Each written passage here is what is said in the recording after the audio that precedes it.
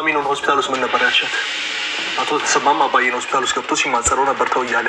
ምን እንደምል አላውቅም የኔ ልጅ። እኔ ምንም አፍ የለኝም። ሮዝ ምን አፋለሽና ምን ትያለሽ? ቆይ ቤቱን ለቃልሽ ሄደች አይደለም? ቆይ ምን ብትበድልሽ ነው በዚህ ደረጃ እንደዚህ ጨከንሽ? በቃ አሁን ጥፋቴን አታብዛው። ሌላው ቢቀር እኮ ኑሐሚን እንኳን ይቅርታ አድርጋልኛለች። እኔ ግን መቼም ይቀራለሽ። ምክንያቱም አንቺም ነገ ለልጅ ታዘገኛለሽ። ምን አልክ? አዋ አንቺም አምራን እንደ ኑሐሚን ትጠያት የለም አንድ ፊቱ ቤቱን የራሳችን ያደረግን ጊዜ ግሬን ሰቅየጠጥ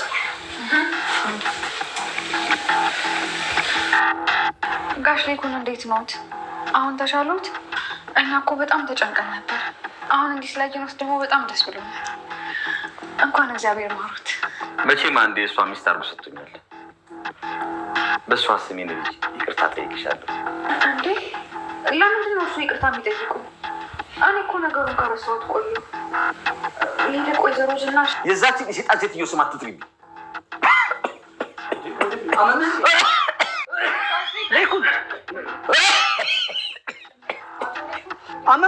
እኔ ከዚህ በኋላ በቤተሰብ የሚተጠልፍ ነው መሆነው። በቃ ሻውን አታልቅሽ። እንባ ጥፋትን ሊመልስ አይችልም። ባይሆን በዚህ ጥፋትሽ ከተለወጥሽበት ለአንቺ በጣም ትልቅ ትምህርት ነው። ከዚህ በላይ እንዲልቀጣ ነው። ክፋቴ እኮ ያለኝን ነገር ሁሉ እኮ ነው ያሳጣኝ። እሱን ካልሽማ ሌላም የተደበቀ ጉድ አለሽ። የዳግምን ጉዳይ ማለት ነው። እሱን የሰማ ጊዜማ አንቆ ነው የሚገለኝ። ካልሆነ ደግሞ ራሱ በድንጋጤ ይሞታል። ዳግምም ጨከነብኝ። የፈለግከውን ላድርግልህ ከዚህ ስለው እምቢ አለኝ። እኔ በግሌ ይህን ሚስጥርሽን እስከፈለግሽው ድረስ መደበቅ እችላለሁ። በምትኩ ግን አንቺ አንድ ነገር ታደርግልኛለሽ።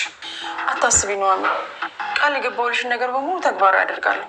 አባትሽን ቢሆን ይታከማል፣ ቤቱንም እንዲገዛላችሁ አደርጋለሁ። ኑሐሚን፣ ከዚህ በኋላ ምንም አላጠፋም። ከጥፋቴ ተምሬያለሁ። አጠገብሽ ድርሽ አልልም። እባክሽን ሚስጥር አድርገሽ ደብቂልኝ እባክሽን የኔ ልጅ። ውይ እማዬ፣ እኔና የእሷ ጉዳይ አብቅቶለታል። ሌኩን ነገሩን እኮ ላስረዳህ እኮ ነው። ኑሐሚን ዝናሽን ይቅር እንደምትላት ነግራኛለች። ያው የተበደለችዋ ይቅር ካለች ደግሞ አንተ እሷ ይቅር ማለቱ አንድ ነገር ነው። እኔ ግን መቼ እንዲሆን ይቅር አላት? እሷን ይቅር የሚልበት አንጀትም የለኝም። ይገርምሃል ሌኩን፣ ተጸጽታ እኮ አይንን እንኳን ለማየት ፈርታ እኮ ነው እዚህ ክፍል ያልገባችው። እውነቴን ነው። ከአሁን በኋላ እሷን ካየኋት ወይ ገላታለሁ ወይ ሞታለሁ። ኧረ እባክህ ሌኩን እንደዚህ አትሁን እንዴ። እኔ ሳጠፋ የምትመክረኝ አንተ ነበርክ እንዴ? ለምንድን ነው እንደዚህ ሆንኩ ዛሬ? ተወኝ ተሰማ። ያቺ ሴት የአንተ ልጅ ብቻ አይደለም የኔን ቤተሰብ ጭምር ነው የገደለችው። ገና ላልተወለደ ልጅ ያራራች የኔ ሚስት ልትሆን አትችልም። ሌኩን ተው በቃ በእናትህ እሺ በለኝ። በአንተ ላይ የሚያምርብህ ደግነት እንጂ እንደዚህ ቅምኝነት አይደለም። ለመሆኑ ኑሐሚን እንዴት ነች? እግዚአብሔር ይመስገን። እሷ ሁሉን ነገር ነው። ሳሚ ሁሉንም ነገር ተደብቆ እያዳመጠ ባለበት ሰዓት ላይ ያልጠበቀው ነገር ዱብዳ ነው የተፈጠረበት። ናሆም አሁን ላይ ለእኔ ሚስት ያሰጋኛል፣ የኔን ልጅ እንዴት ነው አለመግደልሽ እኔ የማምንበት ብሎ ራሱን በጸጸት ይገላል። አንቺን እናቴ ብዬ የጠራሁበት የተረገመ ነው እናቴ አይደለሽም ብሎ በጣም ራሱን መቆጣጠር አቅቶታል። በዛ ሲሄድ ናሆሜን እየተማጸነች እንደሆነ ሲደርስበት ደግሞ እንዴ ከባድ ነገር ነው። ምን አይነት እናት ነሽ አንቺ? አሁን ላይ ይሄንን እንዴት እንደዚህ ታደርጊያለሽ? ተቤትሽ ወጣችልሽ፣ ተቤትሽ ሄደችልሽ፣ ምን አድርጊ ነው የምትያት? ለምን የራሷን ህይወት እንድትኖር አትፈቅጂላትም ብሎ ናሆም አሁን በሷ ላይ በጣም ይጮሃል። ውድና የተከበራችሁ የቻናሌ ቤተሰቦች ሰላም ብለናል። ሰላማችሁ ብዝት ተረፍረፍ ይበልልን፣ ሀገራችንን ሰላማን ይመልስልን። አብሮነታችን ወደፊት ይሁን። ላይክ፣ ሼር፣ ሰብስክራይብ እያደረጉ ቤተሰብ ይሁኑ። ናሆሜ በድንጋጤ በጣም ትላለች። ሌኩን በእኛ የተነሳ ነው ሆስፒታል የገቡት ትላለች። ኤዴን አስመሳይዋ ደግሞ እያለ ከንፈሯን ነገረኛ ሴት ይመስል ነገረኛ አይደለኝ ከንፈሯን ትመጣለች። አቶ ተሰማን ሌኩን እንደዚህ መሆን የነበረበት ነበር። ታይ እያልኩሽ ሁሉንም ነገር ያደረግሽው አንቺ ነሽ። እኔ ምልሽን ብትሰሚ ይሄ ሁሉ ባልተፈጠረ ነበር ይላታል ገነትን። ገነት ደግሞ ገንዘብን እንጂ የሰው ጉዳትን ማትፈንትን ማትል ሰይጣን መሆኗን አላወቀም። አሁንም የተጸጸተች መስሎት ነበረ።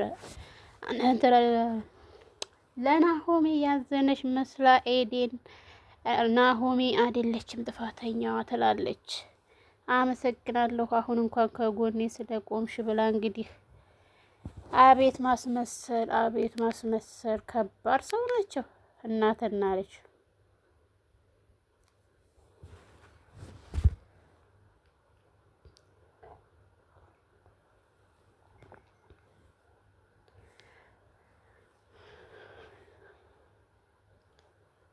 ሳሚ እንግዲህ እርግቧን አጥምዷታል። አስክሮ ምን ብሎ ወደ ራሱ እንድትመለስ አድርጓል።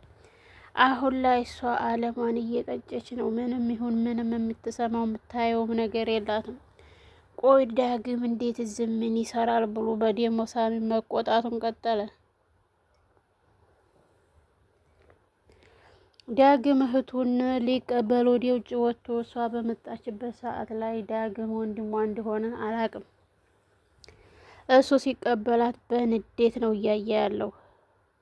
ሁለቱ ሰይጣኖች እንግዲህ ዱለታቸውን እየዶለቱ ይገኛሉ። ናሆሜን እንዴት አድርገው እንደሚጥሉ ቤቱን አብረው እኩል እንደምታረገው ልክ የራሷ ገንዘብ እንደወጣበት አብረው እንዲስምሽ በስሙ እንዳያስገባሽ ማድረግ አለብሽ ትላለች ኤዴን ሁልጊዜም ታስባለች። ነገር ግን አይሳካላትም። የማይሳካላት ደግሞ ሁልጊዜም ምቀኛ ስለሆነ ምቀኛ ሰው አያርግም። ምቀኛ እና ችፍርግ ምቀኛ አይደለች። እዛው ተቸፍርጋ የራሷን ቦታ ትይዛለች። ልክ ኤዴንም ደግሞ እንደ ችፍርግ ናት።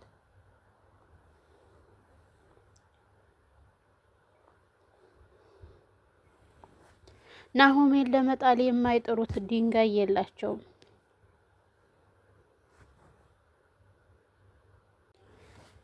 አቶ ላይኩን ሲነቃ ለምንድነው የማትገቢው ወይዘሮ ይሏታል። እኔን ሲያይ በጣም ይብስበታል እና እኔ መግባት አልፈልግም ስትል ናሆም ምን ሆነሽ ነው የማገቢው? ምንድነው የተፈጠረው ነገር?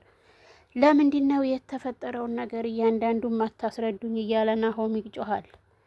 እኔ መግባት አልፈልግም ይላል። ከዛ እነ ናሆም ተያይዘው ወደ ውስጥ ይሄዳሉ። እንግዲህ ወደ ውስጥ በሚሄዱበት ሰዓት ላይ እንግዲህ ወይዘሮ ዝናሽ የማናቸው የእርገጣቸው ልጅ ነው ምን እንድንትል ነበረ ዲህ አትወድም ነበር። እንግዲህ አንድ ቀን ሲጥላ አይሻ አይደለ?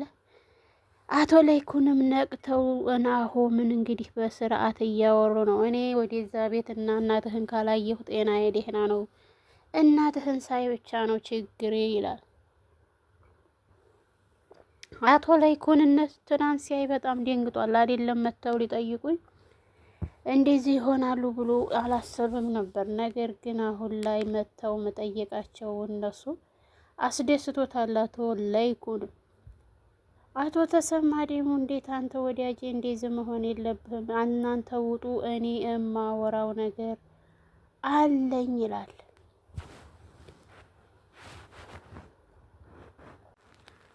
ወይዘሮ ዝናሽ እንግዲህ የሁለት ችግር ነው ያለባት። ናሆም ምንም ስላላወቀ ወደ ቤት ሂጂ አንቺ ሲላት ዳግምም አዎ ልክ ነው ወደ ቤት ሄደሽ እረፍት መውሰድ አለብሽ ይላታል። እሷ ግን ደስተኛ አይደለችም ወደ ቤት ሄዳ ለማረፍ።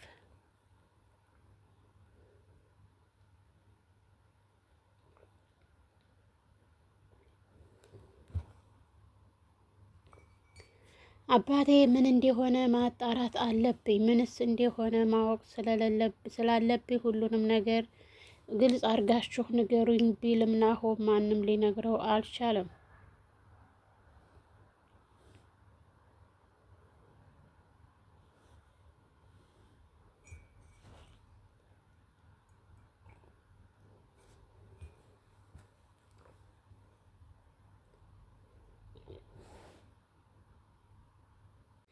ወይዘሮ ገነትና ሊዲያ ልጅ ልጅ ደግሞ የተለየ ነው። ይሄን ያክል እንደዚህ ለገንዘብና ለእንትን እንደዚህ ሱቅ ስትይ እንዲያታት በይው የሆነ ነገር እንዳይፈጠር።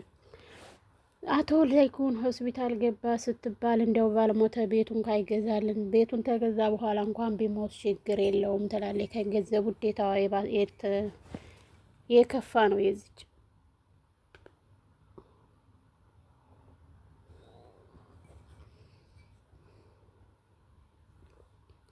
ናሆሜ የቶለይኩን አስጨንቋት አሁን ላይ ምንም ቢሆን እንቅልፍ አሳጥቷታል። ለምን ወደ ክላስ ሄደሽ አትተኝም? እነሱ ለምን እዛ ውጭ ያለው ቤት አይገቡም ይላታል። ያኛውንማ የቸገራችሁን አከራይታችሁ ለወጭ ነገር ይሆናችኋል እኮ ብሎናል ትላለች።